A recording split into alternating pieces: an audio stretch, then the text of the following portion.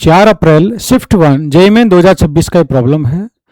Question में आपसे कहा है कि एक आपको ट्रायंगल दे रखा है ABC, जिसका वर्टेक्स है ए क्या 1,2। फिर कहा है कि mid point of side AB जो साइड है ना उसका मिड पॉइंट है 5,-1। फिर कह रहा है the centroid of this triangle, और इस ट्रायंगल का सेंट्रोइड दे रखा है 3,4 और सरकम सेंटर दे रखा है अल्फा कोमा बीटा, और अल्फा बीटा के ये एक्सप्रेशन आपसे पूछा है। ठीक है, तो सरकम सेंटर निकालना होगा। तो अपन एक काम करते हैं, क्या अगर ए बी का मिड पॉइंट है ये, तो इस मिड पॉइंट के ट्वाइस में से माइनस कर दो, बी आ जाएगा। ठीक है, करो। 5 का ट्वाइस 10, 10 - 1 9, -1 का ट्वाइस -2, -2 -2 -4।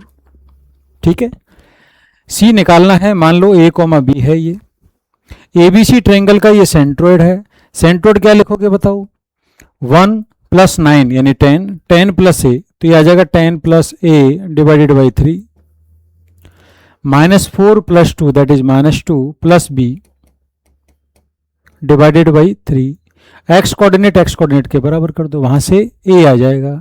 तो 10 + a/3 अगर 3 है तो 3 × 3 9, 10 + a 9, तो a कितना है -1, a आ गया -1। अगर दिस यानी y कोऑर्डिनेट बराबर करेंगे तो 3 × 4 12, b -2 12 है तो b कितना है 14। सारे कोऑर्डिनेट्स आ गए। अब क्या करें? अब आपको निकालना है सरकम सेंटर। ठीक है, तो आपका जो सरकम सेंटर है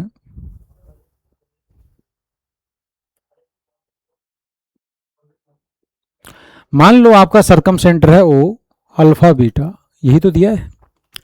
सरकम सेंटर की एक डेफिनेशन है क्या कि जो साइड्स हैं उनके परपेंडिकुलर बाइसेक्टर का जो पॉइंट ऑफ इंटरसेक्शन है वो क्या होता है? सरकम सेंटर। तो देखो ए बी के परपेंडिकुलर बाइसेक्टर इस मिड पॉइंट से पास करेगा एम से, तो ये आपका परपेंडिकुलर बाइसेक्टर हो गया। इसकी अगर हम इक्वेशन लिख लें, बिल्कुल ऐसे ही ए सी का जो परपेंडिकुलर बाइसेक्टर होगा मान लो ए एन, उसकी इक्वेशन लिख लें तो दोनों का पॉइंट ऑफ इंटरसेक्शन ही तो है ओ। चलो तो फटाफट ओ एम की इक्वेशन कैसे लिखोगे? ओ एम का स्लोप निकालने के लिए पहले ए बी का स्लोप निकालो। ए बी का स्लोप आएगा 2 - -4 दैट इज 6, 1 - 9 दैट इज -8, यानी कि माइनस के 3/4।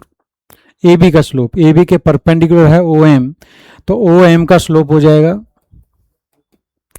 इसका -3/4, तो परपेंडिकुलर हो जाएगा 4/3। बिल्कुल ऐसे ही हम क्या करें, ओ एम की इक्वेशन लिख दो। अब क्या बनेगी? y - y1 दैट इज +1 बराबर m, मतलब 4/3 स्लोप है इसका, और x - 5, ये ओ एम की इक्वेशन हो गई। बिल्कुल ऐसे ही हम ओ एन की इक्वेशन लिखने वाले हैं। क्या लिखेंगे बताओ? ए और सी का मिड पॉइंट बताओ। तो 1 - 1 0/2 0, 2 + 14 16/2 8। अब ए सी का स्लोप बताओ। Slope of A C 14 - 2 12, -1 - 1 -2 that is -6। तो फिर ओ एन का स्लोप क्या हो जाएगा? ओ एन का स्लोप हो जाएगा 1/6। ठीक है, इक्वेशन क्या बनेगी? y, ये आपका पॉइंट है 0,8, तो y - y1 बराबर m x - x1। अब इन दोनों इक्वेशंस को सॉल्व कर लो, जो पॉइंट ऑफ इंटरसेक्शन आएगा वही आपका alpha beta that is circumcentre. Solve करो। तो एक काम करते हैं, फर्स्ट में से सेकंड माइनस कर देते हैं, सब्ट्रैक्ट करेंगे, y कैंसिल हो जाएगा, 1 - -8 that is 9 equals to right में आ जाएगा आपका 4/3 x - 5 -1/6 x। ठीक है, सिंप्लीफाई कर लो। तो एक काम करें, एलसीएम ले लें इसका राइट में, तो कितना आएगा? 6, 2 से मल्टीप्लाई होगा 8, 8x -8 × 5 40 -x, और इधर कितना है 9, 9 इधर ले जाओ तो 54 equals to 8x minus this यानी माइनस नहीं प्लस में 7x -40। तो देखो x आ रहा है आपका 40, इधर ले जाओ 94/7 x, यही आपका अल्फा है। बिल्कुल यहीं से आपका क्या आ जाएगा? बीटा। ठीक है, तो बीटा आपका यहां से आ जाएगा। आपको जो चाहिए वो लिख लो, देखो हम चाहें तो ये भी कह सकते हैं कि यहाँ से जो बीटा आएगा वो बेसिकली क्या आएगा 8 प्लस अल्फ़ा बाई 6। ठीक है, तो आपका ये जो एक्सप्रेशन है वो क्या बनेगा 21 times alpha plus beta, 21 times alpha, beta की जगह क्या लिख दो 8 प्लस अल्फ़ा बाई 6।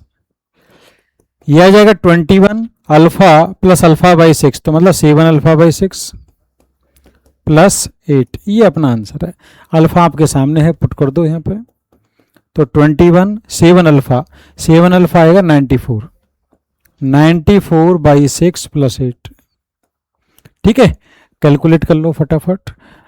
तो 3 इंटू 2 और ये आ जाएगा 47। ठीक है, अब वो तो प्राइम नंबर आ गया, एलसीएम लेना पड़ेगा। तो एक काम करें, ये आ जाएगा 21 47 प्लस 3 इंटू 4 24, 3 इंटू 8 24 बाई 3 से कटेगा 7, तो आपका आंसर है 7 इंटू, ऐड करो कितना रहा है 71, करो मल्टीप्लाई, तो 7 497, सो 497 इज दी आंसर। ठीक है।